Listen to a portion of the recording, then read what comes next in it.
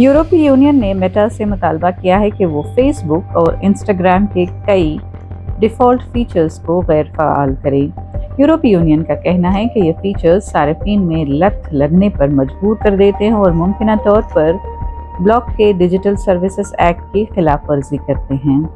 यूरोपीय कमीशन ने अपनी इब्तदाई रिपोर्ट में कहा कि Meta infinite scrolling, auto play videos, ज़ाती नौइयत की सिफारिशात और पुश नोटिफिकेशंस जैसे फीचर्स से खतरे का मुनासिब अंदाज़ा लगाने में नाकाम हैं, ख़ासतौर पर बच्चों और कम उम्र सार्फिन के मामले में।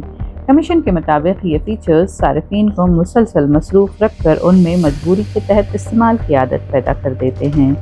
यूरोपीय यूनियन ने कहा है कि मेटा इन फीचर्स को इस तरह दोबारा डिज़ाइन करे कि वो डिफ़ॉल्ट तौर पर फ़आल ना हों।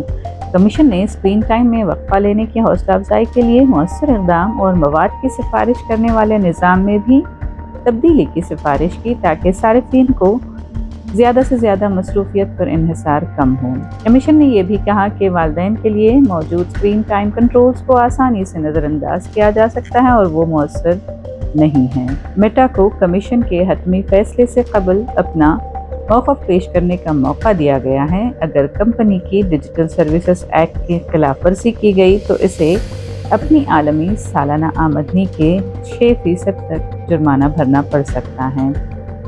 कमीशन के नताइज पर रद्द-ए-अमल देते हुए मेटा ने कहा कि यूरोपीय कमीशन ने उन हिफाजती इक़दाम को नज़रअंदाज कर दिया है जो कंपनी पहले ही मुतारफ़ करा चुकी है, जिनमें 3 अकाउंट्स भी शामिल हैं जो कम उम्र सार्फिन को ज़्यादा तहफ़्फ़ुज़ फराहम करने के लिए तैयार किए गए हैं।